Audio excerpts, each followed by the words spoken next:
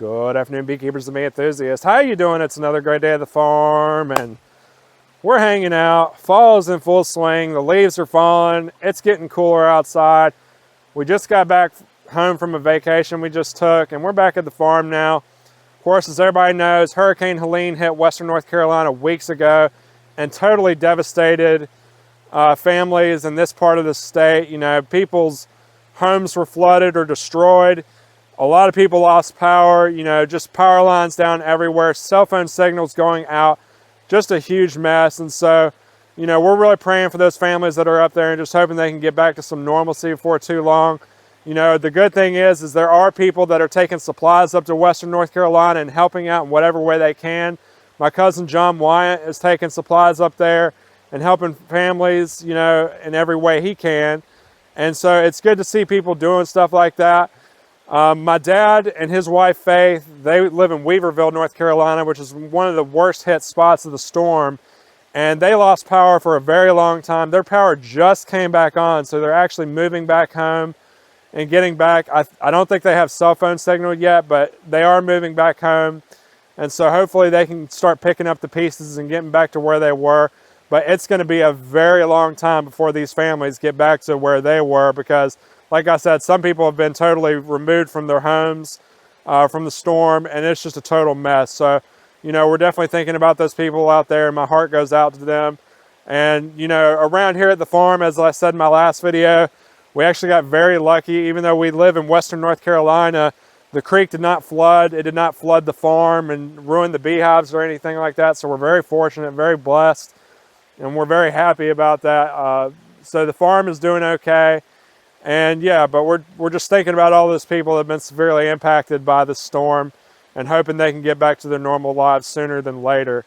But anyway, what we got going on today is, of course, as you can see by me wearing my hoodie, it's a little cool outside, but here in about a week, it's going to be getting in the 70s, and that is when we're going to do our honey harvest.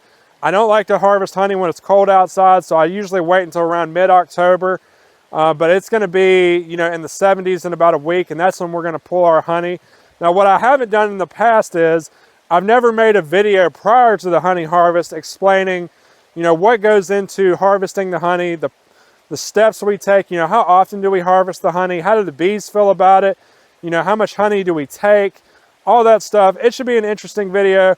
We're going to go through all the steps, and you can learn a little bit, and so that way when we're doing our honey harvest in a little bit, then you can see what we're doing and you can have a better understanding of how we conduct ourselves. But it should be a good video. We're very excited about it. And without further ado, let's break right into it. So when people associate with honeybees, they generally think of that wonderful substance they create called honey. Now, honey is really good. It goes in a lot of things, like it can go into tea, it can go into coffee. You can use it in a lot of different recipes, and it's actually a really good substitute for processed sugar, and it's a lot healthier for you than processed sugar, so you can use it for all kinds of stuff. People love it. We love having it on our farm, and we love to share it with other people. You know, the honey that we produce on our farm, we put a lot of time and dedication into it. Of course, you all know we don't treat our bees with chemicals. We don't feed our bees processed sugar. You know, we don't disturb them multiple times during the year.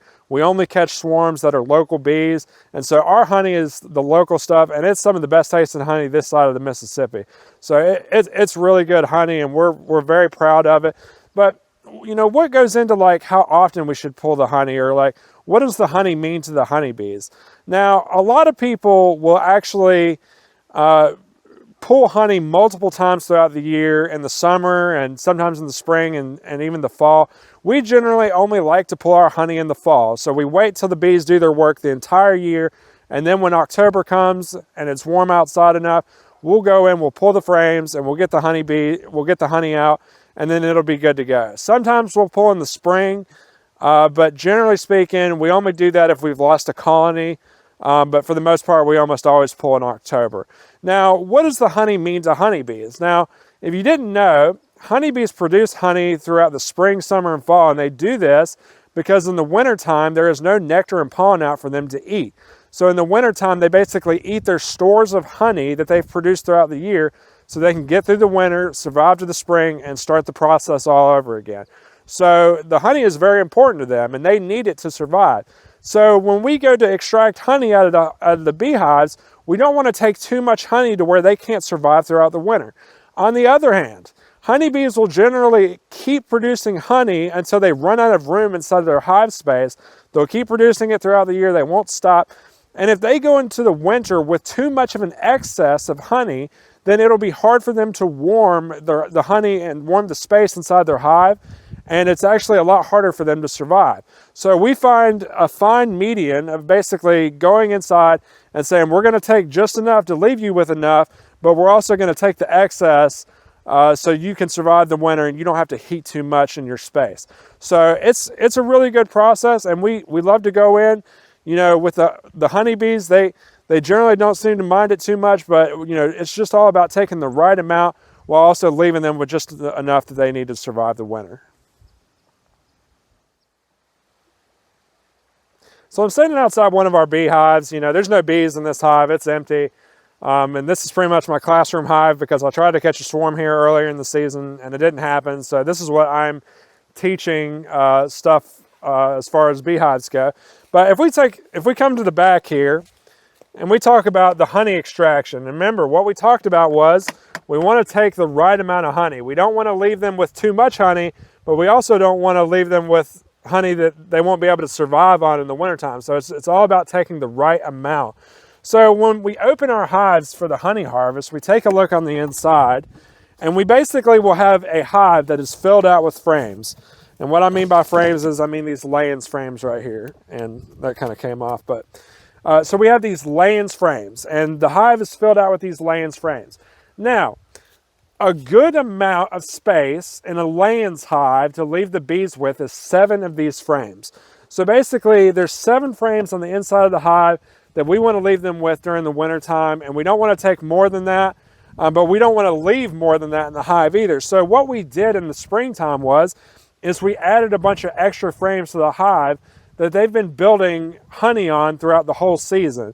So they've been building on it, and basically when we go in a week and we take the honey out, there's going to be excess frames. We're going to take all the excess frames out, but we're going to leave them with 7 of these frames, and that should be just enough for them to survive.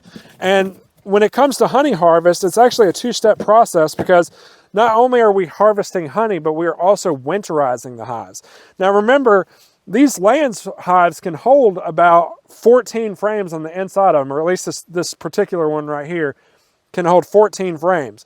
So if we only have 7 frames on the inside, that means there's empty space on the inside.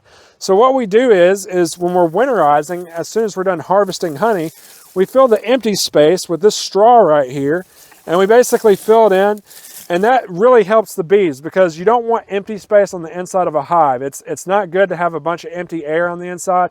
It can cool the hive down, so you want to fill that empty space with straw, and that really helps them. So we go in, we pull the excess frames out, we leave them with 7 frames, we fill the empty space with straw, they're winterized, they're good to go. We don't have to touch this hive again until spring. It's done, it's good to go.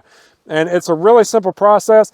And the last thing I want to talk about as far as this goes is when it comes to layens hives,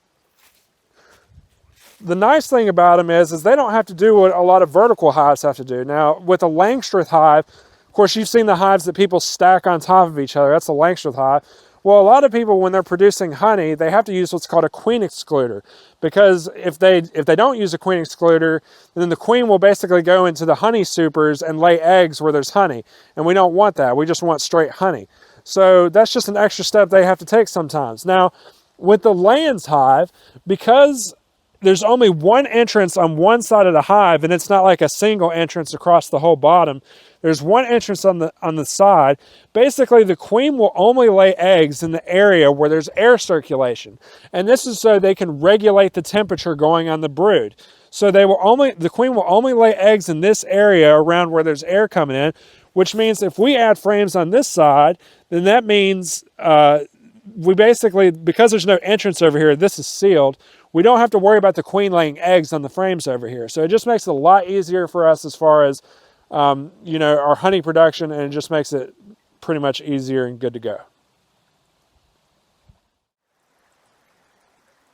So how do the bees feel about us going in and basically taking their honey? I mean, surely they're going to cause a ruckus when we go in, and they're going to give us a hard time.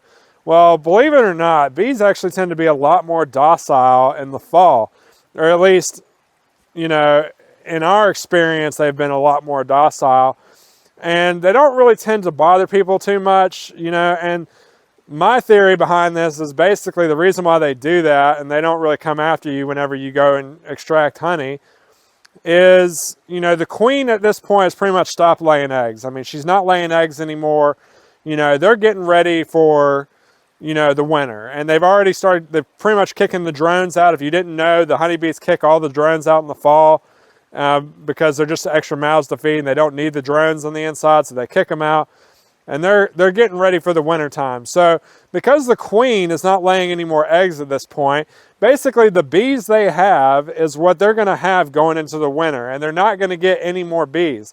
So any bees that they lose, they basically will not have for the winter time, and they need every bee they can get to basically form that really big winter cluster on the inside of the hive to basically heat the inside of the hive and keep it going throughout the winter time. So, you know, I've always felt that the reason why they are generally more docile in this time of the year is they are not looking to lose a bunch of numbers and lose a bunch of bees before the winter comes, because they need all hands on deck. So, but, you know, as far as the honey extraction goes, that's about it. You know, of course, I'm not going to go show you the press right now and do all that stuff, because you're going to see the honey press whenever we do our honey harvest.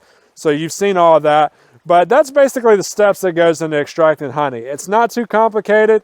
You know, we've got to pull just the right amount of frames of honey out, but we've also got to winterize the hives to make sure they're good to go for the winter.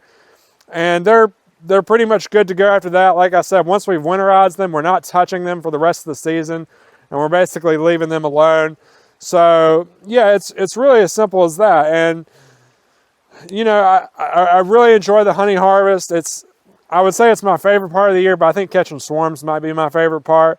But the honey harvest is definitely fun. You know, I've got a lot of people that are, you know, waiting on us to basically pull honey so they can try to get some from us. But it's a fun time to pull honey. It's always good to use the honey press, and we really enjoy it.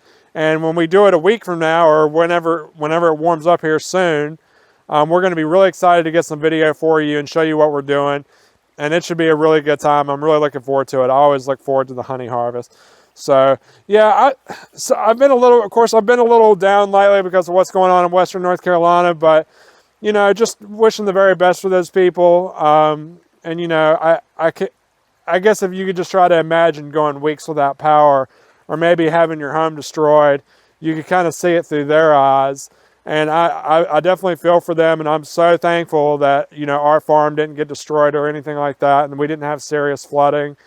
And so I thank God for that, and I'm really happy that we got through it okay, and just, you know, praying for those out there and hoping that they can get back on their feet before too long. So that about wraps up our video. You know, again, we're looking forward to this honey harvest, and we think it should be a really good video. And until next time, we'll see you soon.